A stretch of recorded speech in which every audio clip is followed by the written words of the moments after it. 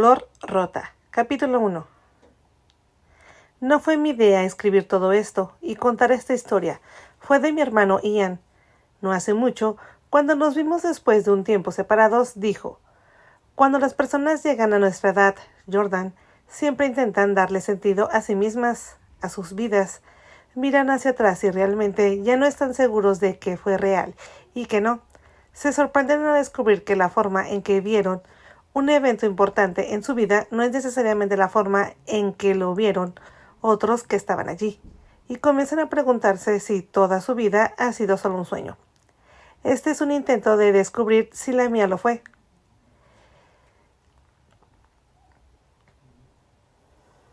Marzo, Jordan. Mi madre no descubrió lo que me estaba sucediendo hasta poco antes de mi 7º cumpleaños. En ese momento estaba en 2º grado y era lo suficientemente mayor para preparar mi propio baño y cuidar de mis necesidades personales sin que ella me dijera cuánto hacerlo o estuviera parada sobre mí. Estaba orgullosa de mi independencia y de cómo podía imitar con éxito a mi madre, poniendo la cantidad justa de aceite de baño en mi bañera, restregándome el cuerpo con el mismo tipo de cepillo suave que ella usaba y colocando mi ropa o pijama cuidadosamente en la mesa de baño, con mis pantuflas rosas mullidas, esperando ansiosamente debajo como 2 sirvientes leales. Después me cepillé el pelo, exactamente 50 pasadas de ambos lados, como ella hacía con el suyo. Me aparté la cara con un poco de crema especial para la piel y me fui a la cama. La mayoría de las veces estaba allí para darme un beso de buenas noches, pero yo siempre estaba debajo de mi manta para entonces, acurrucándome con las expectativas de abrir la puerta a la magia de los sueños, como ya yo lo llamaba. Ese fatídico día, sin embargo, mi madre entró en mi baño, después de que yo había preparado mi baño y me había sentado en el agua.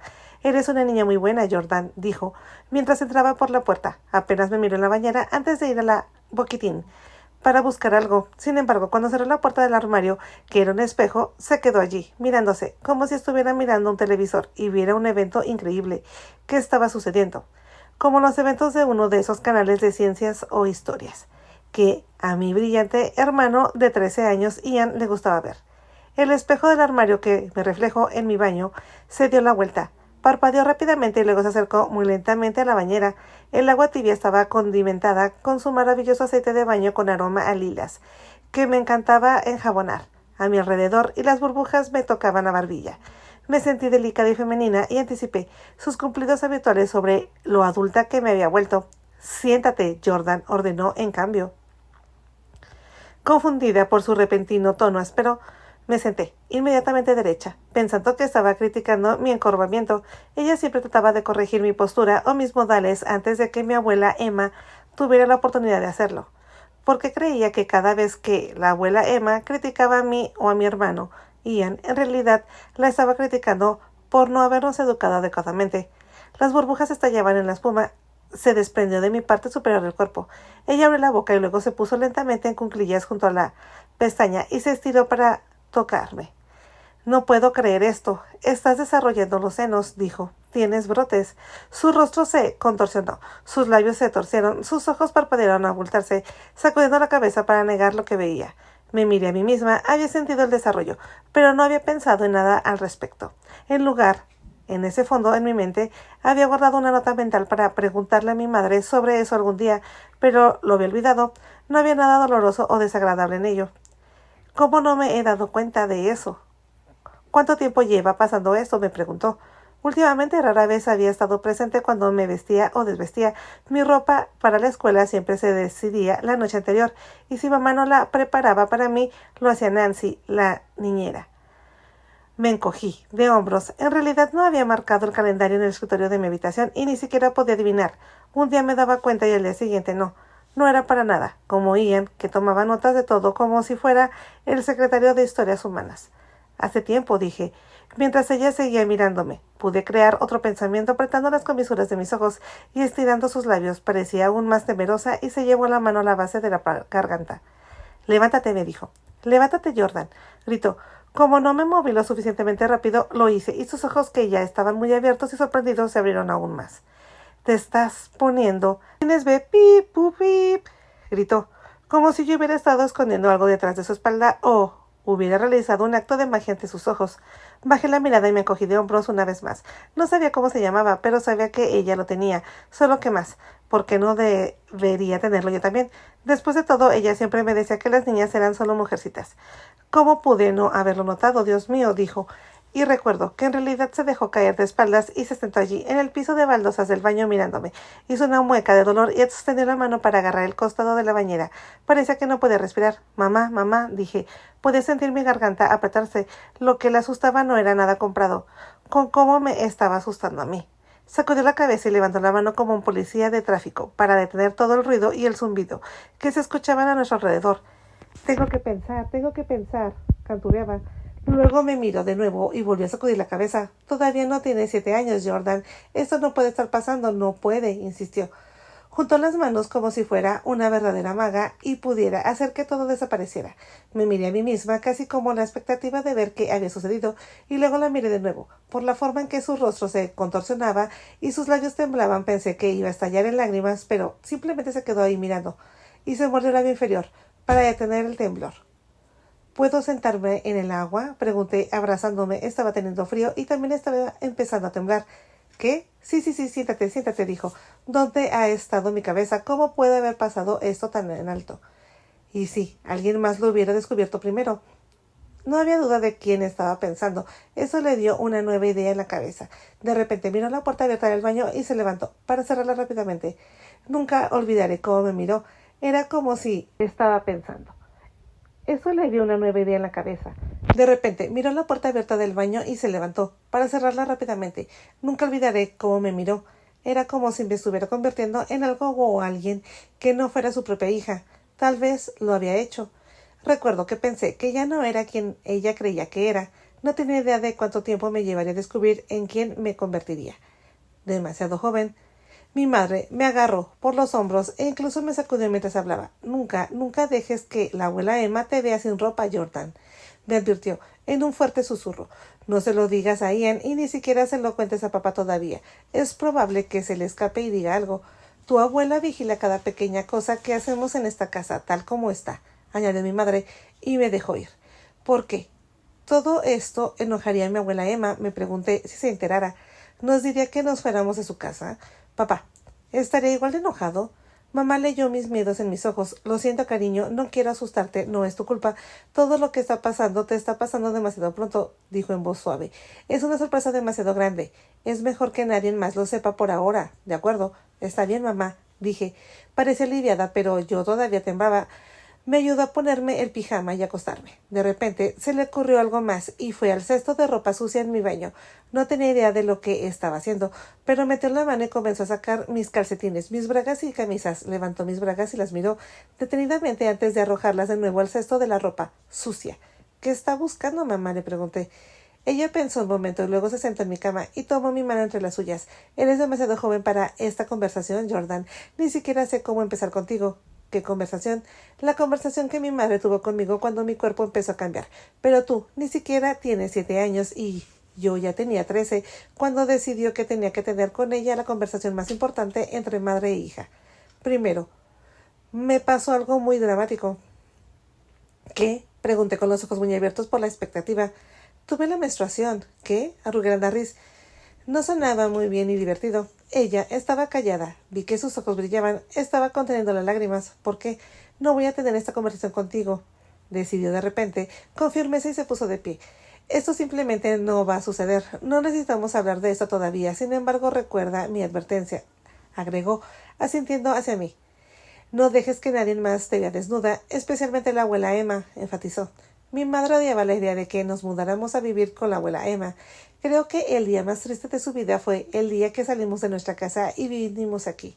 En la oscuridad a menudo se olvidaba, tomaba caminos equivocados y se dirigía hacia nuestra casa antigua, sin recordar que ya no era su casa, hasta que, casi entrada en la entrada, en algunas ocasiones yo era quien se lo recordaba. Se detenía, miraba y decía, oh, como si acabara de despertar de un sueño.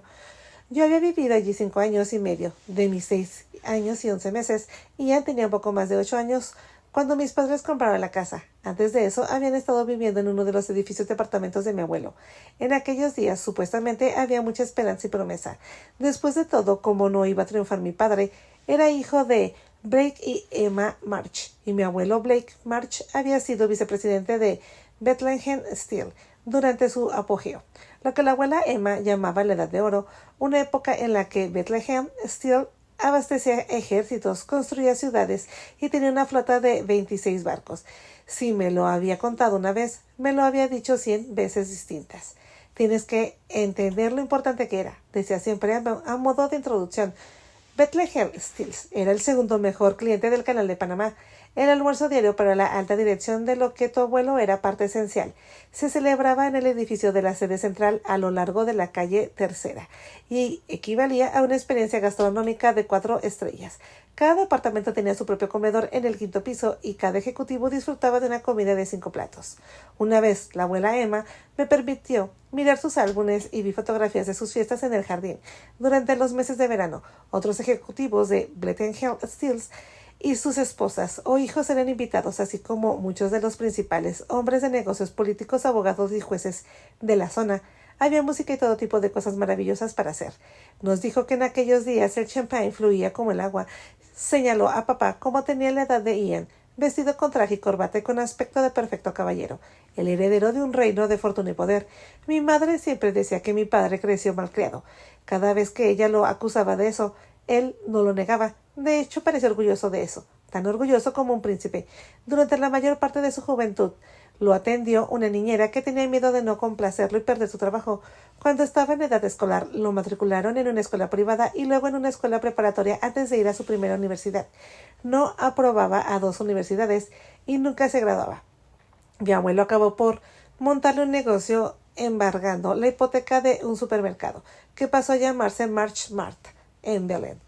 Se esperaba que, como el negocio llevara ahora el nombre de March, no fuera más que un éxito y se esperaba que papá acabase creando una cadena de supermercados. Sin embargo, el negocio de supermercados de papá siempre pendía de un hilo, o como decía a menudo mi abuela Emma, siempre estaba bailando chaque al borde de la ruina financiera. Nuestros gastos crecían y nuestra propia casa se convertía en algo demasiado difícil de mantener. Como mi abuela de 60 y tantos años vivía sola en esta gran casa, después de que mi abuelo hubiera muerto, decidió que no tenía sentido económico que viviéramos en otro lugar. La economía reinaba en nuestro mundo del mismo modo que la religión reinaba en la vida de otras personas. Mamá siempre decía, para los March, la cartera era la Biblia y el primer mandamiento era no malgastarás ni un céntimo. Aún así, mi padre nunca tuvo mucho interés en ser hombre de negocios.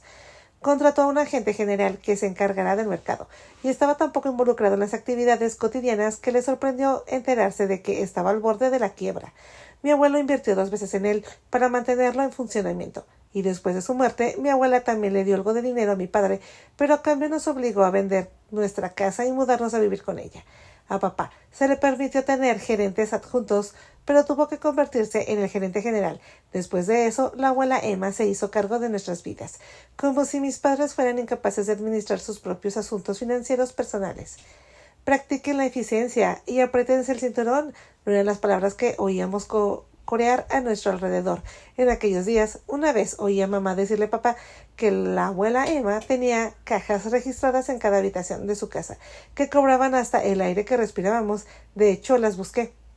No me sorprendió que mi madre se quejara de mi abuela Emma. No creo que mi madre y mi abuela Emma se hayan llevado bien, según lo que yo oí, que mi madre le decía a mi padre. Mi abuela intentó impedir su matrimonio.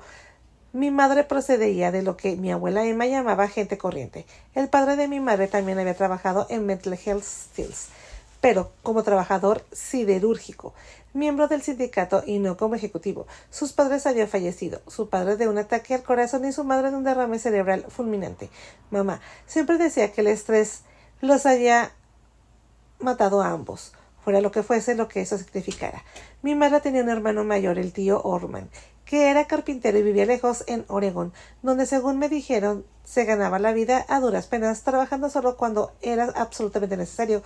Estaba casado con la tía Ada, una chica a la que conocía del instituto, y tenía 3 hijos a los que pusieron nombres de los Beatles: Paul, de mi edad, Ringo, 1 año más joven, y John, 2 años más joven, a los que habíamos visto solo una vez.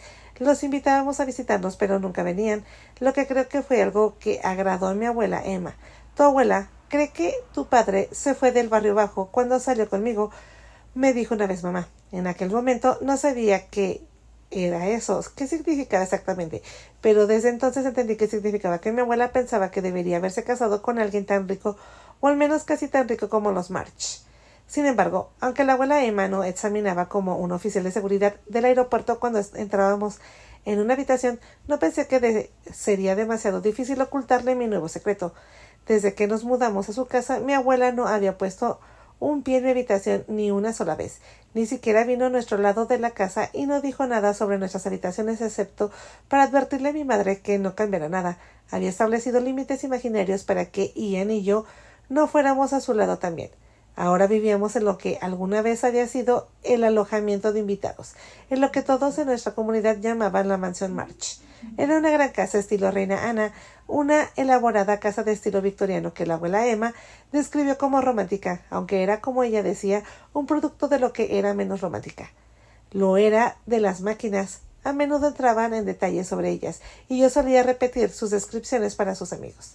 La mansión tenía un estilo clásico libre con columnas clásicas elevadas sobre pilares de piedra, una ventana palladiana en el centro del segundo piso y molduras dentadas.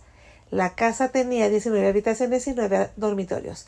Aunque se habían añadido y renovado muchas cosas, la casa se construyó a principios de la década de 1890 y se consideraba una ciudad histórica de Pensilvania, algo que mi abuela nunca quiso que olvidáramos. Su conferencia, lo que decía, me había hecho sentir como si viviera en un museo y pudiera sentarme a hacer un examen en cualquier momento del día.